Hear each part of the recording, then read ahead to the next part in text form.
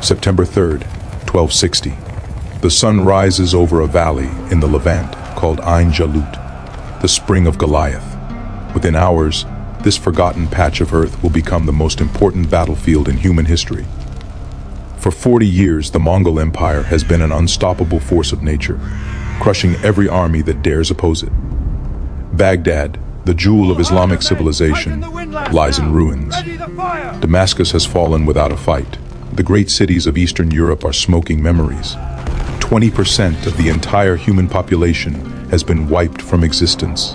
And now, the Mongols stand at the edge of Africa, ready to devour Egypt and complete their conquest of the known world. But today, something impossible is about to happen. Today, a former slave will face the most feared military machine ever created. Today, the Mongols will finally taste defeat. And the weapon that destroys them will not be what you expect.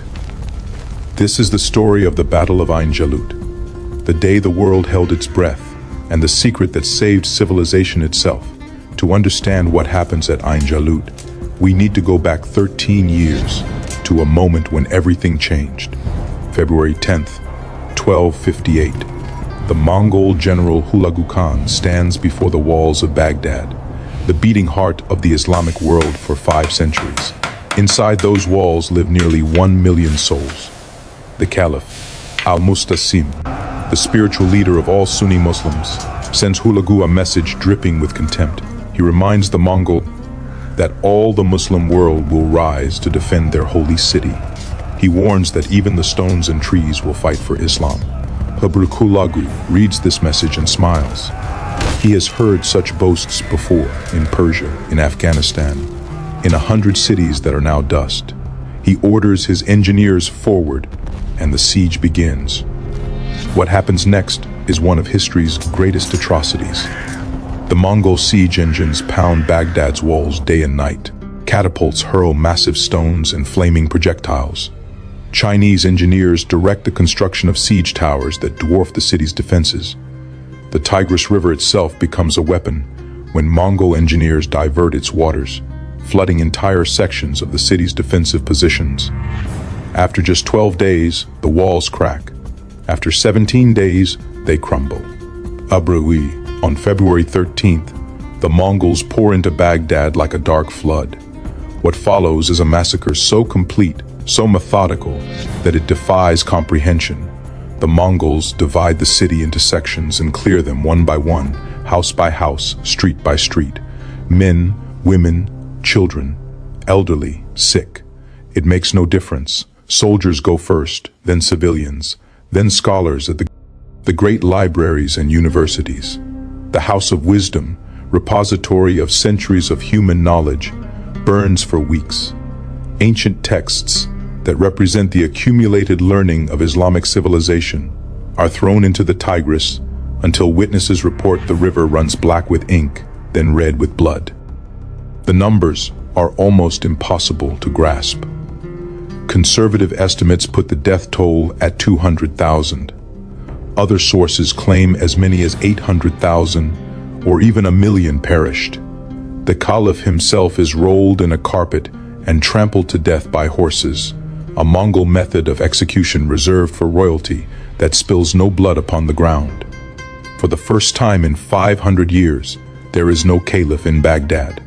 The position will not be restored for centuries. Hulagu Khan, grandson of Genghis Khan, sits in the palace and surveys his conquest. To him, this is not cruelty. This is policy. This is the Mongol way. Cities that surrender live. Cities that resist die. Simple, effective, terrifying. And for 4 decades, it has made the Mongols masters of the largest empire the world has ever seen, stretching from Korea to Poland, from Siberia to the Persian Gulf. But Hulagu is not finished. Baghdad is merely a stepping stone. His true target lies further west, Egypt, the land of the pharaohs, the last great Muslim power standing between the Mongols and total domination of the known world. In Cairo, Sultan Saif ad-Din Qutuz receives the news from Baghdad with cold fury. Qutuz is a Mamluk, a word that literally means owned or slave. Born in Central Asia, captured as a boy, sold in slave markets, trained as a warrior from childhood. The Mamluks are a unique military caste, slave soldiers who have seized power in Egypt and built one of the most formidable fighting forces in the world. They are professional warriors with nothing to lose and everything to prove. They have been preparing for this moment their entire lives. Qutuz knows what is coming. The Mongols always follow the same pattern. First comes the message, the demand for submission. Then comes the army, unstoppable, merciless. He has perhaps 2 years to prepare, perhaps less. In 1259, that message arrives. Hulagu sends ambassadors to Cairo, bearing a letter written in golden ink, a sign of supreme arrogance. The letter is addressed to Qutuz and the people of Egypt, and its words are designed to shatter all hope. From the King of Kings in the east and west, the great Khan, it begins. To Qutuz the Mamluk who fled to escape our swords, you should think of what happened to other countries and submit to us. You have heard how we have conquered a vast empire and have purified the earth of the disorders that tainted it. We have conquered vast areas, massacring all the people. You cannot escape from the terror of our armies. Where can you flee? What road will you use to escape us? Our horses are swift, our arrows sharp, our swords like thunderbolts, our hearts as hard as the mountains, our soldiers as numerous as the sand. Fortresses will not detain us, nor armies stop us. Your prayers to God will not avail against us. We are not moved by tears nor touched by lamentations. Only those who beg our protection will be safe. The ambassadors deliver this message in open court, before all of Qutuz's commanders and nobles. They expect terror. They expect submission. They expect the Sultan to grovel and plead. Instead, Qutuz has them arrested. He drags them into the streets of Cairo and has them cut in half at the waist, their heads mounted on the city gates. Then he displays Hulagu's letter beside their rotting corpses. It is an act of absolute defiance, a declaration of war against the most powerful empire on earth. Qutuz's advisors think he has lost his mind. Some of his own emirs, his military commanders, begin plotting against him. They whisper that he has signed Egypt's death warrant, that he has doomed them all to share Baghdad's fate. But Qutuz understands something his critics do not. The Mongols respect only strength. Submission brings only slavery and eventual destruction. Better to die fighting than to die begging. And more than that, Qutuz knows a secret.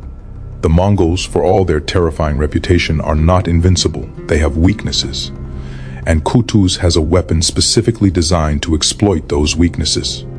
But before we reveal that weapon, we need to understand why the Mongols were so successful in the first place. What made them different? What made them unstoppable? The Mongol military system was unlike anything the medieval world had ever encountered. It was not built on feudal obligations or tribal levies or religious fervor. It was built on merit, discipline, and terror. Every Mongol male was a soldier from the age of 15. They grew up in the saddle, learning to ride before they could walk, learning to shoot a bow while riding at full gallop. Each warrior maintained multiple horses, usually 4 or 5, allowing Mongol armies to cover distances that seemed impossible. While European knights might travel 20 miles in a day, Mongol cavalry could cover 80 or even 100 miles, appearing where they were least expected, vanishing before reinforcements could arrive. Their tactics were equally revolutionary. The Mongols fought as a coordinated mass, not as individual warriors seeking glory. They used feigned retreats to draw enemies into traps, spreading out to encircle opponents, then closing in from all sides. Their composite bows, made from layers of horn, wood, and sinew, could pierce armor at 200 yards. They carried 2 types of arrows, light ones for distance and volume of fire, heavy armor-piercing ones for close combat. A Mongol warrior could shoot accurately in any direction while riding at full speed, forward, backward, to either side. But their greatest weapon was psychological. The Mongols perfected the use of terror as a strategic tool. They sent spies ahead of their armies, spreading stories of atrocities, real and exaggerated. They offered cities a choice: surrender and pay tribute, or resist and be annihilated. Those who submitted often lived relatively normal lives under Mongol rule, paying taxes but keeping their culture and religion. Those who resisted were shown no mercy. The Mongols would massacre entire populations, piling skulls into pyramids as warnings to the next city. This was not sadism for its own sake. It was calculated policy. Every city that surrendered without a fight meant fewer Mongol casualties, faster expansion, more resources preserved. And it worked brilliantly. From 1206, when Genghis Khan united the Mongol tribes, until 1260, the Mongols had conquered everything in their path. The Khwarezmian Empire, the greatest Muslim power in Central Asia, destroyed. The Jin dynasty in China, with its millions of soldiers, crushed. The Rus principalities, including Kiev, obliterated. Poland and Hungary devastated. The Abbasid Caliphate, heir to Muhammad himself, erased from history. Christian kingdoms and Muslim sultanates alike fell before the Mongol tide. By 1260, the Mongol Empire controlled approximately 16% of the Earth's land surface. It was the largest contiguous land empire in human history, larger than the Roman Empire at its peak, larger than Alexander's conquests, larger than anything before or since. And it was still growing. So when Hulagu Khan turns his attention to Egypt, after destroying Baghdad, everyone assumes the outcome is inevitable. The Mamluks will fight, perhaps bravely, and then they will die. Egypt will fall, North Africa will follow, perhaps even Europe will finally be conquered. The Mongol Empire will span from the Atlantic to the Pacific. But history is about to take an unexpected turn. Because in Egypt, the Mamluks have something the Mongols have never faced before. The secret weapon is not a weapon at all, not in the traditional sense. It is not a new type of sword or armor or siege engine. It is something far more fundamental, something woven into the very fabric of who the Mamluks are. To understand this weapon, we need to understand what Mamluks actually were. The system began centuries earlier when Muslim rulers, particularly in Egypt and Syria, recognized a problem. Local armies were unreliable. They had divided loyalties to tribes, regions, religious sects, families. They might serve their sultan, but they served their clan first. In a crisis, they could not always be trusted. So the rulers developed a radical solution. They would buy young boys, usually from Central Asia or the Caucasus region, usually Turkish or Circassian. These boys, some as young as 7 or 8 years old, were purchased in slave markets and brought to Egypt. They were converted to Islam. They were given new names, new identities, new families. Everything about their previous life was stripped away. They were remade from nothing. And then they were trained, not just in combat, though that was paramount. They learned horsemanship, archery, swordsmanship, lance work, wrestling, every martial skill imaginable. But they also learned military strategy, tactics, logistics. They learned to read and write. They studied the Quran and Islamic law. They learned courtly etiquette and administration. They were being molded into the perfect warriors, loyal only to their comrades and their sultan, unencumbered by tribal or family connections that might compromise their service. The training was brutal and comprehensive. A Mamluk in training would practice with the bow until his fingers bled, then practice more. He would ride until he could control his horse with his knees alone, leaving both hands free for weapons. He would drill in formation until the movements became instinct, until he could execute complex maneuvers in the chaos of battle without conscious thought. But here is what made them special, what made them different from every other military force of their era. Once their training was complete, usually in their early 20s, they were freed. The slave became a soldier, a member of an elite military brotherhood. They were given land, stipends, positions of authority. Many rose to become generals, governors, even sultans. The Mamluk, who rules Egypt in 1260, Qutuz himself, was once a slave boy sold in a market. This system created warriors with a unique mentality. They had no homeland to long for, no distant family to worry about, no competing loyalties. Their regiment was their family, their comrades were their brothers, their honor was everything. And they had spent their entire lives training for one purpose: to fight. Now, compare this to the typical Mongol warrior. The Mongol was born into his role, certainly, and trained from childhood like the Mamluk. But the Mongol fought for his clan, his tribe, his Khan. He fought for plunder and glory and to expand his people's territory.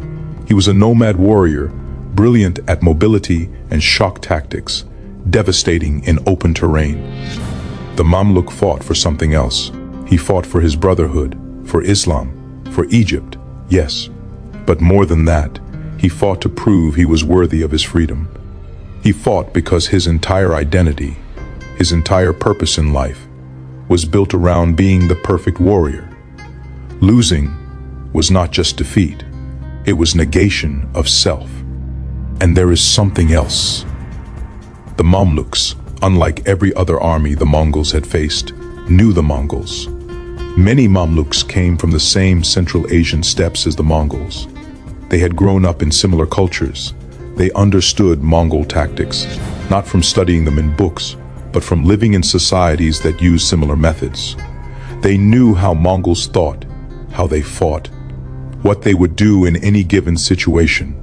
This is the secret weapon, not superior technology, not overwhelming numbers, not even greater tactical genius, though the Mamluks have that in abundance. The secret weapon is identity itself, forged through hardship into an unbreakable will to resist. It is the perfect counter to the Mongol way of war, warrior against warrior, will against will, nothing held back. But having the perfect weapon and using it effectively are two different things. And as 1259 turns to 1260, as Hulagu Khan prepares his invasion of Syria, the political situation becomes desperately complicated. In December 1259, something unexpected happens. In distant Mongolia, the great Khan Mongke dies. He has been leading a campaign in China, and either disease or injury kills him. The news takes months to reach Hulagu in Syria, but when it does, it changes everything. Mongol law requires all princes of the blood to return to Mongolia for a Kurultai, a great assembly to elect the new great Khan. Hulagu faces an agonizing choice. He can stay in Syria and complete his conquest, but if he does, he forfeits any influence over who becomes the next great Khan. Or he can return to Mongolia, but that means leaving his conquest incomplete. He compromises. He will return to Persia, staying relatively close to Syria while also being positioned to influence the succession. But he cannot take his entire army with him. The logistics of moving such a massive force are too complex, and he needs to leave troops in Syria to hold his gains. So he leaves behind a Tumen, 10,000 Mongol warriors under the command of his most trusted general, Kitbukha. Kitbukha is a Nestorian Christian, unusual for a Mongol commander, but not unheard of. He is a veteran of countless campaigns, loyal, capable, and absolutely ruthless. Hulagu trusts him to complete the conquest of Egypt. After all, 10,000 Mongols have conquered kingdoms before. It should be more than sufficient to deal with the Mamluks. But 10,000 is not the unstoppable force that 40 or 50,000 would be. For the first time in decades, a Mongol army in hostile territory is not overwhelmingly superior in numbers to its opponents. For the first time, the enemy has a chance. Qutuz recognizes this immediately. He knows he will never get a better opportunity, but he faces problems of his own. Egypt's military strength lies not just in Cairo but in Syria, where another Mamluk commander, Baybars, controls Damascus and the Syrian territories. Baybars and Qutuz hate each other. They are rivals, possibly even enemies. Baybars is a Kipchak Turk, tall, imposing, with a cataract in one eye that gives him a fierce, unsettling appearance. He is arguably a better military commander than Qutuz, certainly more experienced in actual battle. He has his own ambitions for power. When Kitbukha's Mongols capture Damascus, Baybars flees to Egypt. He arrives in Cairo with his warriors, homeless, desperate, dangerous. Qutuz could have him killed. Many of Qutuz's advisors urge exactly that, but Qutuz understands something crucial. He cannot defeat the Mongols without Baybars and his veteran troops, and Baybars cannot reclaim his territories without Qutuz's support. They need each other, even if they despise each other. So Qutuz makes Baybars an offer. Join me against the Mongols. Fight under my command, and when we win, you will have your lands back. More than that, I will give you command of the vanguard, the position of honor and danger. You will be the first into battle, the tip of the spear. Baybars considers this. The position of vanguard commander is indeed honorable, but it is also suicidal. The vanguard takes the heaviest casualties, faces the worst danger. If Qutuz wanted to eliminate a rival without outright murder, giving him the vanguard against the Mongols would do it nicely. But Baybars is no fool. He understands Qutuz's position as clearly as Qutuz understands his, and more than revenge against Qutuz, Baybars wants revenge against the Mongols who destroyed his territories and scattered his troops. He agrees. The Mamluk army begins to assemble in Cairo. Qutuz faces another problem: money. Wars cost fortunes, and Egypt's treasury is not infinite.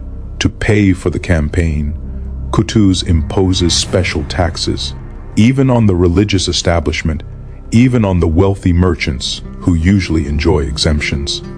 This causes enormous anger. Several religious scholars issue fatwas, religious legal opinions, condemning the taxes as un-Islamic. Qutuz stands before them in the great mosque of Cairo and delivers a speech that history has preserved. "O scholars of Islam," he says, his voice echoing in the chamber, "for a long time you have been eating the wealth of the treasury, and we have hardly heard a good word from you.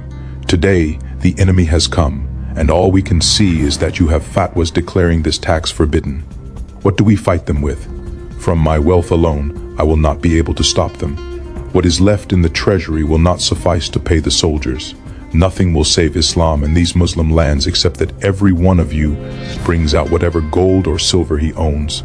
For God's sake, when we have expelled the enemy, and Allah grants us victory, if we do not return every dirham to its owner, then judge me by the Sharia and do with me what you will." It is a remarkable speech, blunt, direct, challenging the religious establishment on their own ground. And it works. The scholars, shamed and inspired, withdraw their objections. The taxes are collected. The army is funded.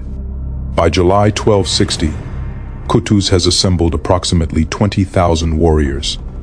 It is not enough.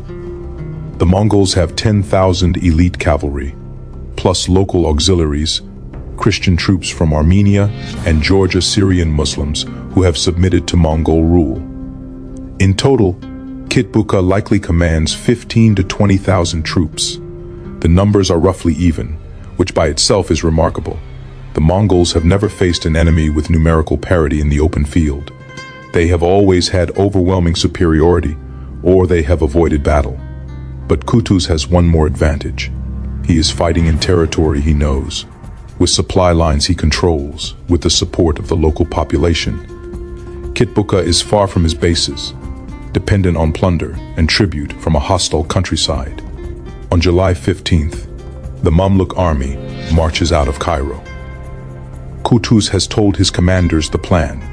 They will march north through Palestine along the coast, moving quickly to prevent the Mongols from learning their full strength. They will seek battle in terrain that favors their tactics. And they will not retreat. There will be no falling back to Cairo, no defensive siege. They will meet the Mongols in the open field and decide the fate of the world in a single battle. It is either brilliant or insane. Perhaps both.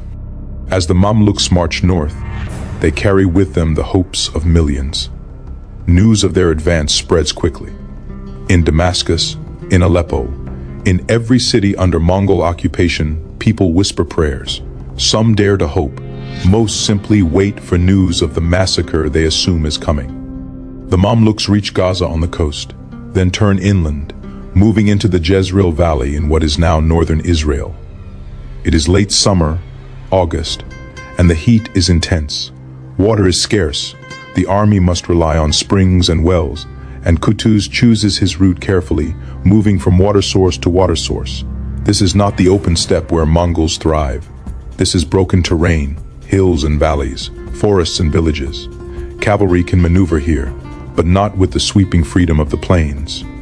Qutuz sends scouts ahead. He needs to know where Kitbukha is, what he knows, how he is positioned. The scouts return with crucial intelligence.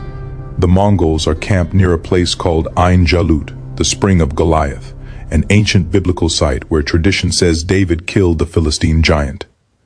The spring provides water for the surrounding area, making it a natural gathering point.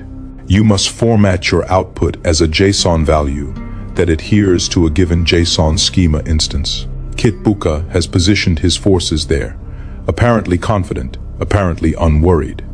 But here is what Kitbukha does not know. He does not know the full size of the Mamluk army. Qutuz has been careful to keep most of his forces concealed, using the terrain to hide his numbers. Kitbukha's scouts have reported a Mamluk advance, certainly, but they have not seen the full force.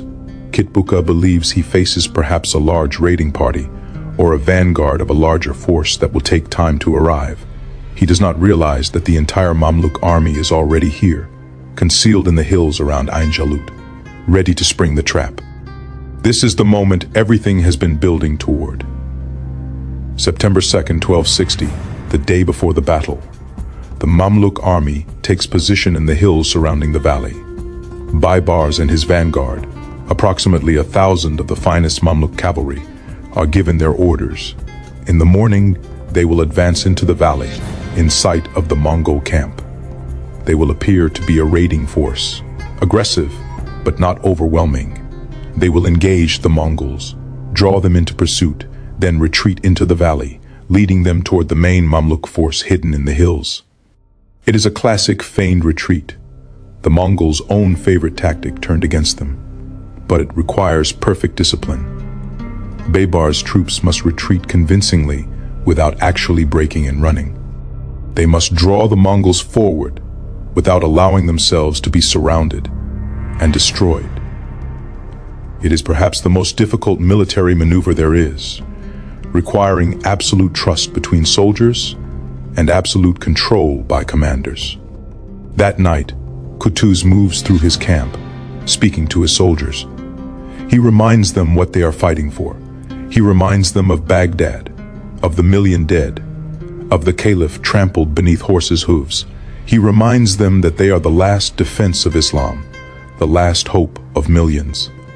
He tells them that the Mongols have never lost a major battle in the field, that the world believes them invincible, supernatural, unstoppable.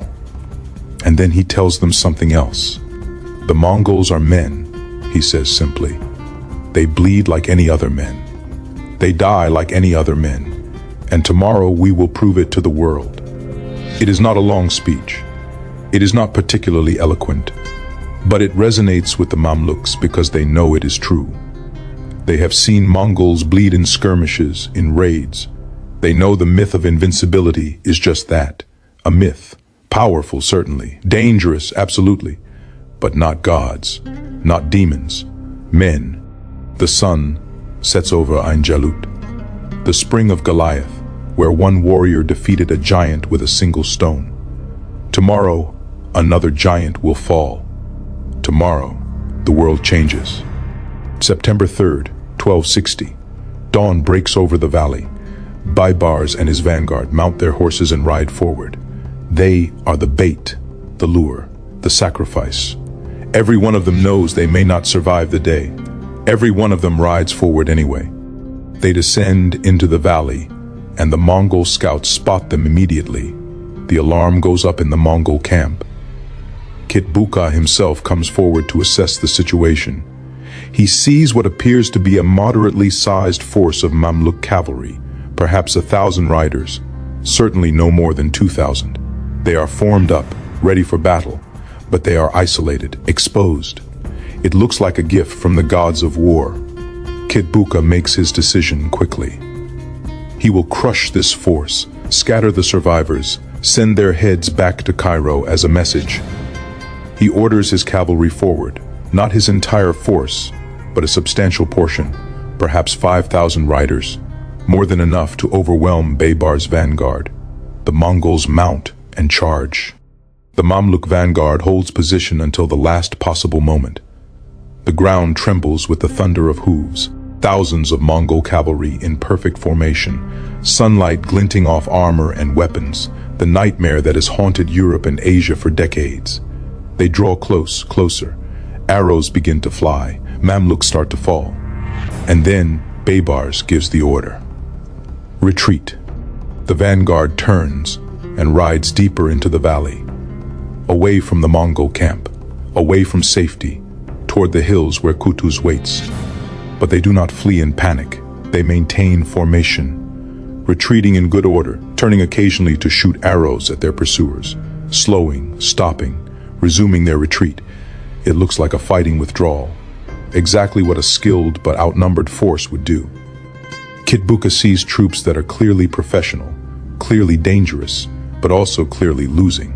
He presses the pursuit harder. More Mongol cavalry join the chase. Now 7,000, now 8,000 riders are streaming into the valley. The trap is working perfectly, but Baybars cannot know that yet. All he knows is that thousands of Mongols are trying to kill his men, and they are succeeding. Warriors fall from their saddles, pierced by arrows. Horses scream and collapse. The vanguard is taking casualties, and the Mongols are gaining ground. Baybars continues the retreat, leading the Mongols deeper into the valley, closer to where Qutuz waits. The moment is coming. It must be now. If Qutuz does not act soon, the vanguard will be destroyed. But if he acts too soon, if Kitbukha sees the main Mamluk force and breaks off the pursuit, the entire plan fails. Qutuz waits. His commanders watch him, waiting for the signal. The tension is unbearable. They can hear the battle in the valley, the screams of dying men, the thunder of hooves. Their comrades are dying down there, buying time with their blood, and Qutuz is waiting. Finally, when the Mongols are fully committed to the pursuit, when most of Kitbukha's army is stretched out in the valley, Qutuz raises his hand. He removes his helmet and throws it to the ground, a gesture his troops recognize instantly. It is the signal. No retreat, no surrender. Death or victory, nothing else matters. Wa Islama, he roars. O Islam! It is the ancient battle cry, the call to jihad, and from the hills on both sides of the valley, the entire Mamluk army answers him. 20,000 warriors explode from concealment. They pour down the hillsides like an avalanche, pennants flying, weapons gleaming, voices raised in a roar that echoes across the valley. The Mongols, caught in pursuit, strung out in column, realize in an instant that they have been led into a trap. But there is no time to react, no space to maneuver. The Mamluks crash into them from both flanks simultaneously. The battle becomes chaos instantly. This is not the kind of warfare the Mongols prefer. The long-range archery duel, the sweeping encirclement, the controlled maneuver. This is close quarters, brutal, immediate. Sword against sword, lance against lance, horse smashing into horse. The Mongols try to form up, to use their superior discipline and coordination, but there is no room, no time. The afternoon wears on. The sun climbs toward its peak, then begins its descent. The battle continues without pause, without mercy. Casualties mount on both sides. The valley floor is carpeted with bodies. The spring that gives the battlefield its name runs red with blood. Survivors will later claim, "You could not walk 10 paces in any direction without stepping on a corpse. By late afternoon, the Mongol line finally breaks completely. It happens suddenly, the way these things often do. One unit routs, fleeing toward the rear. The panic spreads. Another unit breaks, then another. Kitbukha tries to rally them, but it is too late. The Mongols, undefeated for 40 years, are running. Kitbukha himself refuses to flee. He and his personal guard make a final stand, fighting to the last man. Mamluk warriors surround them, offer them quarter, offer to take them alive. Kitbukha spits at them. He would rather die than face the shame of capture. He charges into the Mamluk ranks and they cut him down. His guards die around him, fighting to their last breath. The rout becomes a massacre. The Mamluks pursue the fleeing Mongols for miles, cutting them down without mercy. No prisoners are taken, no quarter is given. Every Mongol warrior they catch, they kill. The pursuit continues through the evening and into the night. Mamluk cavalry chase scattered Mongol survivors through the hills and valleys of Palestine, hunting them like wolves hunting deer. Small groups of Mongols try to make stands to fight their way free, but they are exhausted, demoralized, leaderless. Most are ridden down and killed. A handful escape, perhaps a few hundred riders out of 10,000, fleeing east toward Syria, toward Mongol-held territory, carrying news of the impossible defeat. By nightfall on September 3rd, 1260, the Battle of Ain Jalut is over. The Mongol army has been destroyed. Kitbukha is dead. The myth of Mongol invincibility lies shattered in a valley in Palestine, mixed with the blood of thousands. Qutuz stands on the battlefield as darkness falls, surrounded by his commanders, looking at what they have accomplished. The cost has been severe. Perhaps 5,000 Mamluks lie dead or dying in the valley, nearly a quarter of his army, but they have won. Against all odds, against the greatest military force in history, they have won. But Qutuz knows the battle is only the beginning. The Mongols will not accept this defeat. Hulagu Khan still commands a massive army in Persia. When he hears what happened at Ain Jalut, he will return with overwhelming force. The Mamluks have won a battle, but the war is far from over. The next morning, Qutuz gives orders to his army. They will not return to Cairo. They will march north into Syria immediately. They will retake every city the Mongols control while the enemy is still reeling from defeat. Speed is everything now.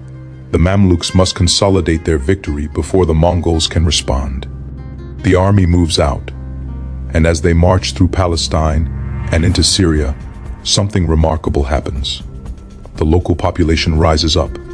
Cities that submitted to the Mongols now open their gates to the Mamluks. Garrisons of local auxiliaries who serve the Mongols switch sides or simply melt away. The aura of terror that kept the Mongol Empire intact dissolves overnight. If the Mongols can be beaten once, they can be beaten again. If they can bleed, they can die. The psychological foundation of Mongol rule collapses. Damascus, the great city that fell without a fight just a year earlier, throws open its gates to welcome the Mamluks. The Christian and Muslim inhabitants who had collaborated with the Mongols flee or go into hiding. Those who cannot escape face mob justice, torn apart in the streets by enraged crowds. The Mamluks restore order quickly, but the message is clear. The Mongol occupation is over, the old order is returning, and those who betrayed it will pay the price. Aleppo falls next, then city after city across Syria. Within weeks, the entire region is back under Mamluk control.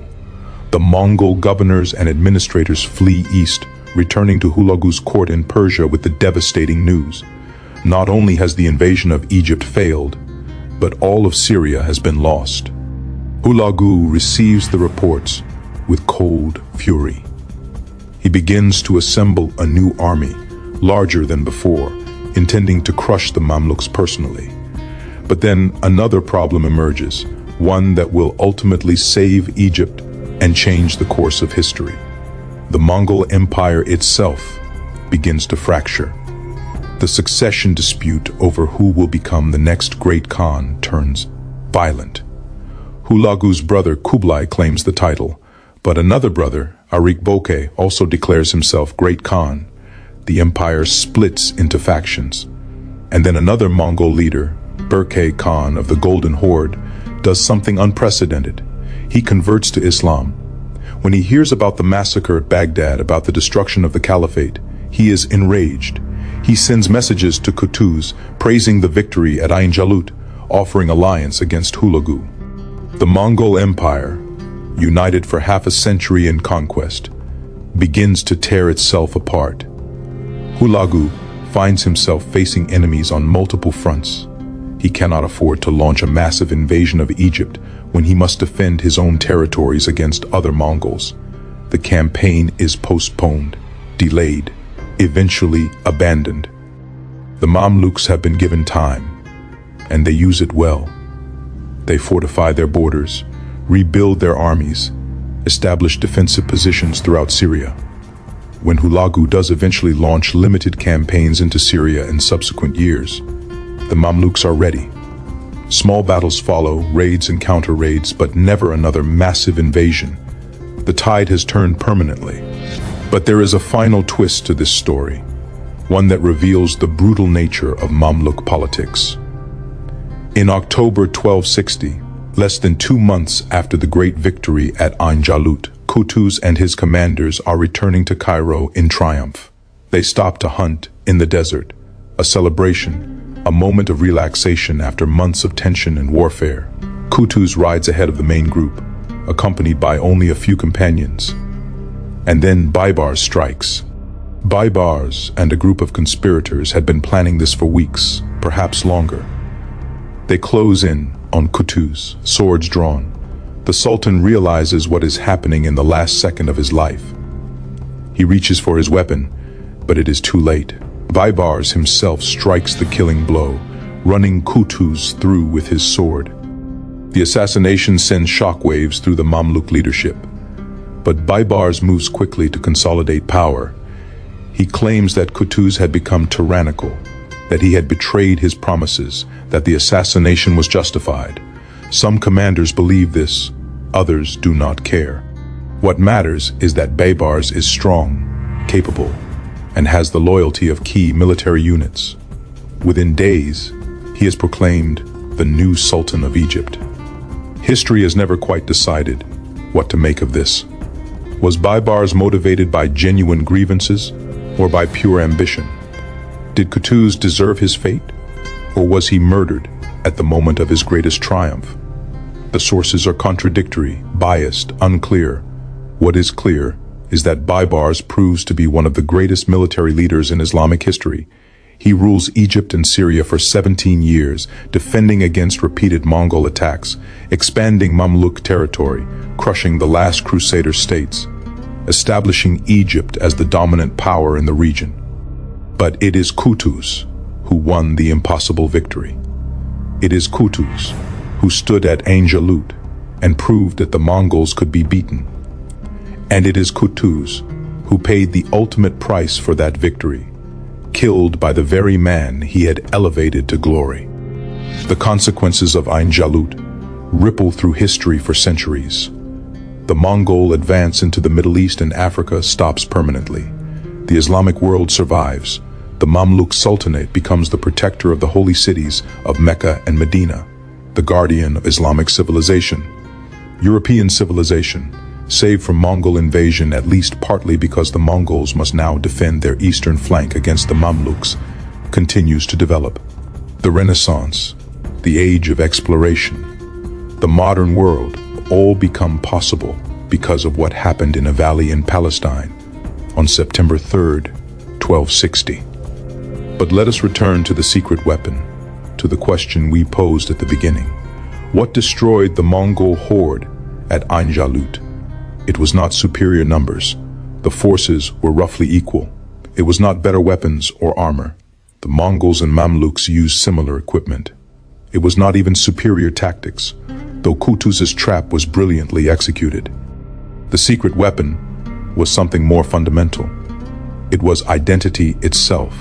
The Mamluks were men who had lost everything, had been remade as warriors, had forged themselves into the perfect fighting force through sheer will and discipline. They had no homeland to retreat to, no families to return to, no alternative but victory or death. They were fighting not for plunder or conquest, but for survival, for purpose, for the very meaning of their existence. The Mongols, for all their skill and terror and success, were still fighting as conquerors, as raiders, as an army far from home seeking to expand an empire. At Ain Jalut, for the first time in decades, they faced warriors who wanted victory more than they did, who needed it more, who were willing to pay any price to achieve it. And there is another element, often overlooked. The Mamluks had learned from every people the Mongols had conquered. They studied Mongol tactics, understood Mongol strategy, knew how Mongols thought and fought. But they also incorporated techniques from the Crusaders, from the Arabs, from the Persians, from every military tradition they encountered. They were the product of cultural synthesis, taking the best elements from multiple civilizations and combining them into something new. The Mongols, for all their adaptability on campaign, fought as Mongols. They used the tactics that had worked for half a century, the methods that had conquered half the world, and against an enemy who understood those methods, who had prepared specifically to counter them, who matched them in discipline and exceeded them in motivation, those tactics finally failed. The Battle of Ain Jalut stands as one of the most significant military engagements in human history, though it is often forgotten in Western historical narratives. It ended the Mongol expansion permanently. It saved Islamic civilization from destruction. It established the Mamluks as the dominant power in the Middle East for the next 2 centuries. And it proved that no empire, no matter how powerful, no matter how terrifying, is truly invincible. In the years following Ain Jalut, Mamluk and Mongol armies clash repeatedly. Baybars, now Sultan, proves to be Hulagu's equal as a military commander. In 1261, just a year after Ain Jalut, Mongol forces invade Syria again. Baybars meets them at the Battle of Homs and defeats them again. The Mongols try once more in 1281, and again the Mamluks drive them back. Each defeat reinforces the lesson of Ain Jalut. The Mongols are beatable. They are not demons or supernatural forces. They are men, and men can be defeated. The psychological impact cannot be overstated. For 40 years, the Mongols had relied as much on terror as on military skill. The stories of atrocities, the pyramids of skulls, the massacred cities, all of this created an atmosphere of paralyzing fear. Armies would surrender without fighting. Cities would open their gates rather than face Mongol wrath. But after Ain Jalut, that terror begins to fade. If the Mamluks can beat the Mongols in open battle, others can too. The myth of invincibility, once shattered, can never be fully restored. There is an interesting historical footnote that reveals how significant contemporaries considered Ain Jalut. In 1260, Europe was still reeling from the Mongol invasions of the 1240s. Poland and Hungary had been devastated. Russia was under Mongol control. Western Europe lived in constant fear of another invasion. When news of Ain Jalut reached European courts, it was received with shock and relief. The Pope sent letters congratulating the Mamluks on their victory, despite the fact that the Mamluks were Muslims and had spent decades fighting crusaders. The enemy of my enemy is my friend, and any force that could stop the Mongols was to be celebrated. But the irony is profound. European leaders failed to recognize that the Mamluks had not just stopped one Mongol army. They had stopped the entire Mongol advance westward permanently. There would be no conquest of Europe, no Mongol horsemen riding to the Atlantic, no destruction of Christian civilization. All of this was prevented by a force of former slaves fighting in a valley in Palestine, and Europe barely noticed. The Mamluk Sultanate continues to dominate the region for centuries after Ain Jalut. They eliminate the last Crusader states by 1291, ending 2 centuries of Crusader presence in the Holy Land. They turn Egypt into the wealthiest and most powerful Muslim state, controlling trade routes between East and West, between Asia and Europe. Cairo becomes one of the great cities of the world, rivaling Constantinople and Baghdad in its golden age. The Mamluks rule until 1517, when they are finally conquered by the Ottoman Turks, but even then, many Mamluks are integrated into the Ottoman system, continuing to hold positions of power and influence. And what of the Mongols? The defeat at Ain Jalut is not the end of the Mongol Empire, but it is the beginning of the end. The empire fragments into several khanates: Hulagu's Ilkhanate in Persia, the Golden Horde in Russia, the Chagatai Khanate in Central Asia, the Yuan dynasty in China. These successor states continued to be powerful for generations, but they never again posed the existential threat to world civilization that they did in the 1250s. The unstoppable expansion stops. The unified empire dissolves. And gradually, over the next century, these Mongol states are absorbed into the civilizations they conquered, adopting local religions, local customs, local identities. The Ilkhanate converts to Islam. The Golden Horde becomes Muslim. The conquerors are conquered, not by armies, but by culture itself. Modern historians debate endlessly about why the Mongols were so successful and why they ultimately failed to conquer the entire world. Some point to logistics, arguing that the Mongols simply extended their supply lines too far. Some point to climate, noting that the Mongol advantage in cavalry warfare diminished in forested or mountainous terrain. Some point to luck, arguing that if Möngke Khan had not died in 1259, if Hulagu had been able to bring his full army to Ain Jalut, the outcome might have been different. All of these factors played roles, certainly, but the lesson of Ain Jalut is simpler and more profound. Empires built on terror and military supremacy alone cannot last forever. Eventually, they meet an enemy who refuses to be terrorized, who matches them in skill, who wants victory more than they do, and when that happens, all the accumulated glory and reputation and success cannot prevent defeat. The Mamluks at Ain Jalut were that enemy. They were men forged in slavery, trained in warfare, given purpose and identity through sheer discipline and will.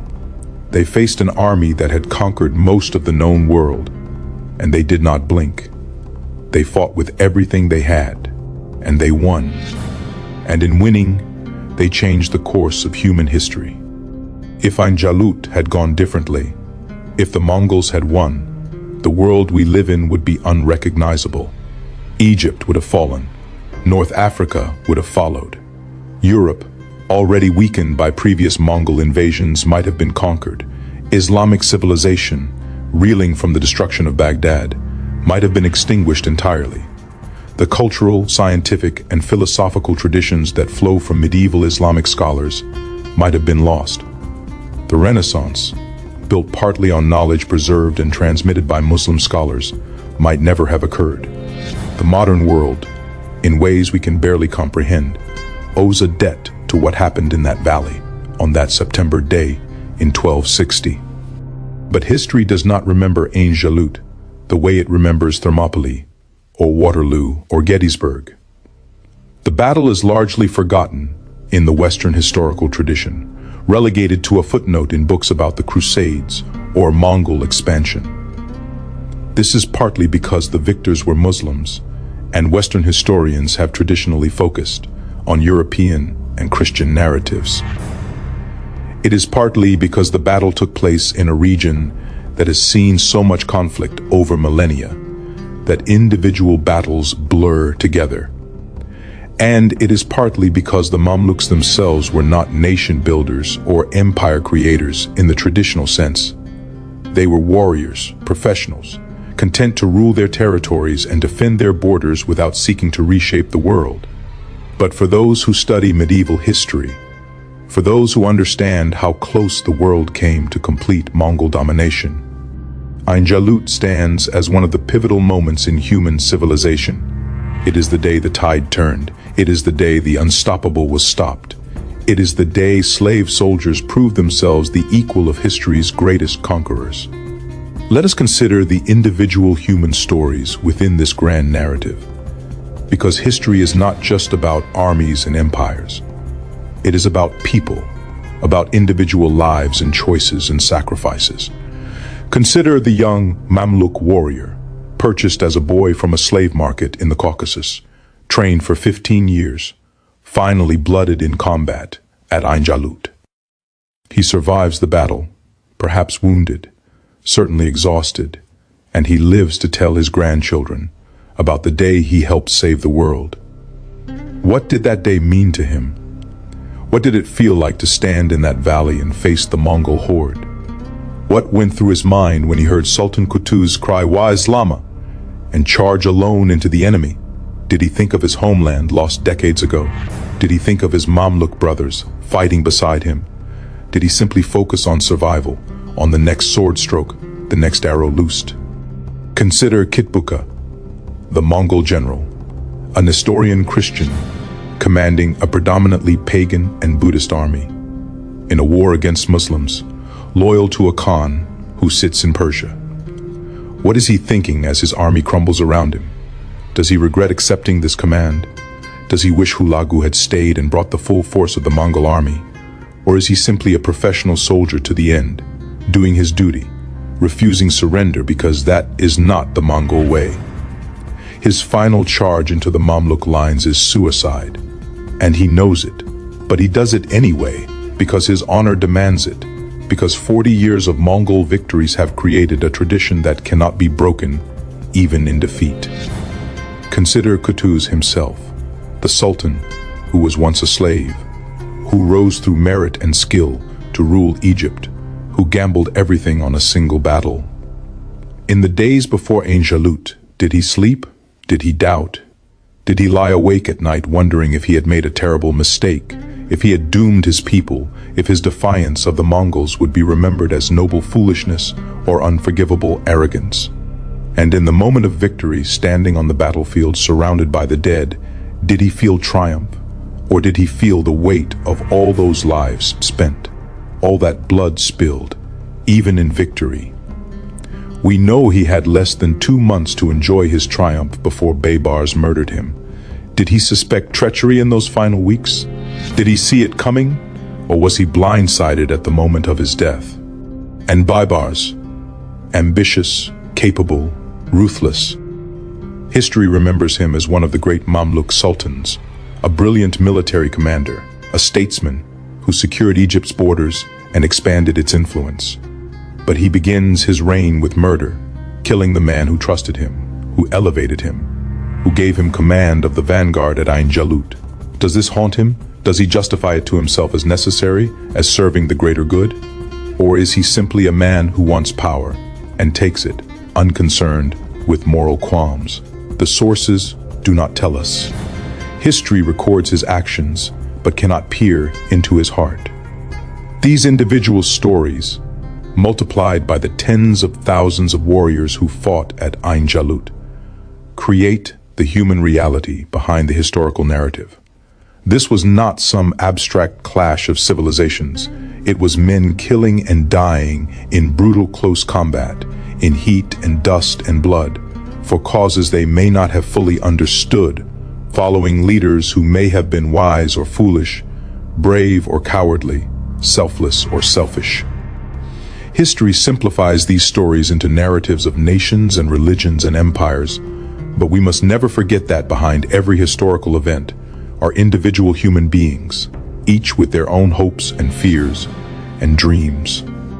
The Battle of Ain Jalut also raises profound questions about the nature of military power and imperial expansion. The Mongols had created the most efficient military machine the world had ever seen. Their tactics, their discipline, their logistics, their use of terror, all of it was refined to near perfection. They conquered more territory in 25 years than Rome conquered in 400. And yet, they were stopped, not by superior technology or overwhelming numbers, but by an enemy who refused to be intimidated, who matched them in discipline, who fought with greater desperation. This suggests something important about the limits of military power. No matter how sophisticated your tactics, no matter how skilled your warriors, no matter how fearsome your reputation, you cannot conquer people who are willing to die rather than submit. The Mongols succeeded for decades because most of their enemies made rational calculations. Fighting the Mongols meant almost certain destruction. Surrendering meant survival under Mongol rule, harsh but survivable. So most chose surrender, but the Mamluks changed that calculation. For them, surrender was not survival, it was extinction of identity, of purpose, of meaning. So they fought, and in fighting, they won. This lesson has echoed through history, again and again. Great empires rise, develop unstoppable military forces, conquer vast territories. And then they encounter an enemy who will not be conquered, who fights with an intensity born of desperation or faith or identity, and the empire falters. Rome faced Germanic tribes who refused to stay conquered. Napoleon faced Spanish guerrillas and Russian winter. The British Empire faced colonial resistance movements. The pattern repeats because the fundamental dynamic never changes. Military power can destroy armies, can occupy territory, can terrorize populations, but it cannot break the human will to resist, not permanently, not completely. The Mongols at Ain Jalut learned this lesson the hard way. They expected another easy victory, another terrified enemy that would break and run. Instead, they found warriors who stood their ground and fought back with equal ferocity.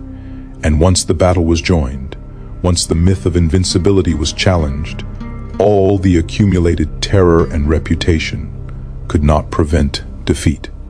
There is also a technological aspect to Ain Jalut that deserves attention. The battle is sometimes described as a clash of cavalry, and it was certainly that, but it was also one of the last great battles fought primarily with traditional medieval weapons before gunpowder began to change warfare. Both sides used composite bows, perhaps the most sophisticated projectile weapon of the pre-gunpowder age. These bows, made from layers of different materials, could generate enormous power, shooting arrows with enough force to penetrate armor at significant range. A skilled archer with a composite bow was devastating, and both Mongol and Mamluk warriors trained with bows from childhood. The battle also saw extensive use of cavalry lances, swords, and hand-to-hand combat. This was not warfare at a distance. This was personal, intimate, brutal.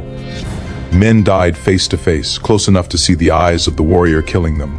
The Mamluks, trained extensively in close quarters combat, had a slight advantage here.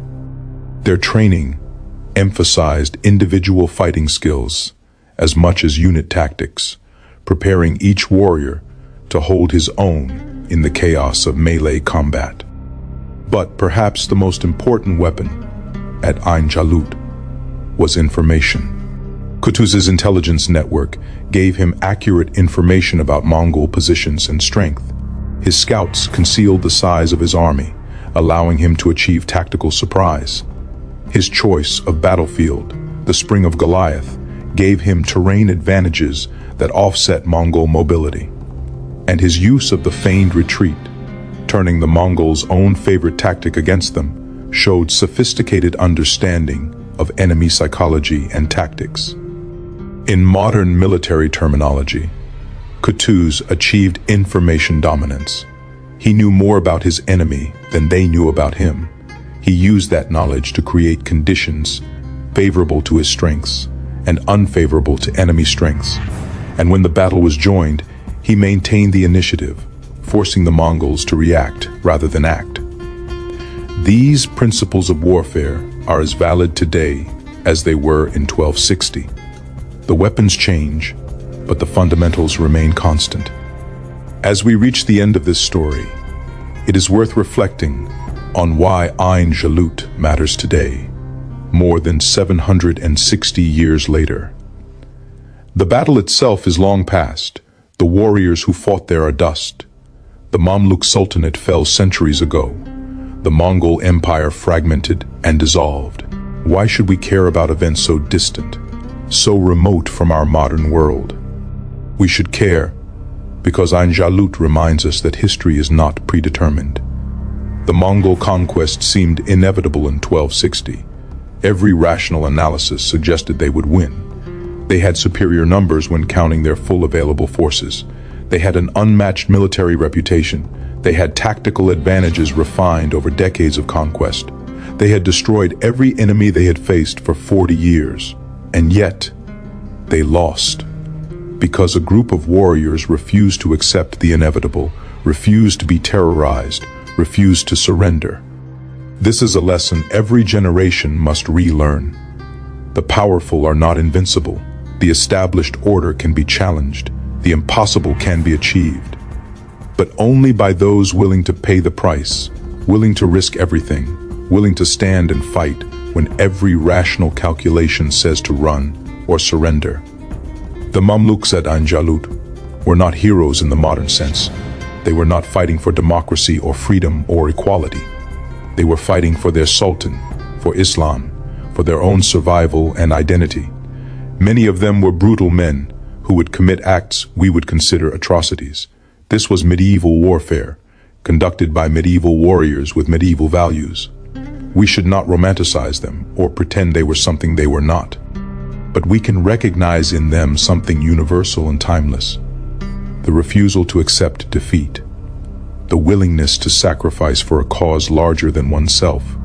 The courage to stand against overwhelming odds. These qualities transcend time and culture. They appear in every era, in every society, in every great moment, when ordinary people do extraordinary things. The secret weapon that destroyed the Mongol Horde was not a weapon at all. It was will. It was identity. It was purpose forged in hardship and refined through discipline. It was the transformation of slaves into warriors, of warriors into brothers, of brothers into an unstoppable force that would rather die than yield. The Mamluks did not defeat the Mongols because they had better weapons or tactics or numbers. They defeated the Mongols because they wanted victory more, needed it more, were willing to pay any price to achieve it. On September 3rd, 1260, in a valley called the Spring of Goliath, that will was tested against the most fearsome military force in human history, and it prevailed. The Mongols, undefeated for 40 years, were broken. The tide of conquest that had swept across Asia and Europe was turned back, and civilization itself was given a chance to survive. That is why Ain Jalut matters. That is why we remember it, even if the world has largely forgotten. Because it reminds us that no empire is eternal, no conqueror is invincible, no cause is hopeless. History turns on moments like these, on battles where the outcome changes everything, where the impossible becomes real, where ordinary men become legends. The Spring of Goliath still exists, somewhere in northern Israel. It is probably an unremarkable place now, perhaps a small stream feeding a modest spring, surrounded by farms or towns or roads. Tourists probably pass it without knowing what happened there. But if you know the history, if you stand there and close your eyes and imagine that day in September 1260, you can almost hear it. The thunder of hooves, the clash of steel, the cries of warriors locked in mortal combat. And you can feel the weight of that moment, when the fate of the world hung in the balance and a force of former slaves stood against the Mongol Horde and did the impossible. They stopped the unstoppable. They defeated the undefeatable. They changed history. And they did it not with a secret weapon of steel or stone, but with something far more powerful: the indomitable human will to resist, to fight, to survive, to prevail against any odds. That is the true story of Ain Jalut. That is the secret weapon that destroyed the Mongol Horde.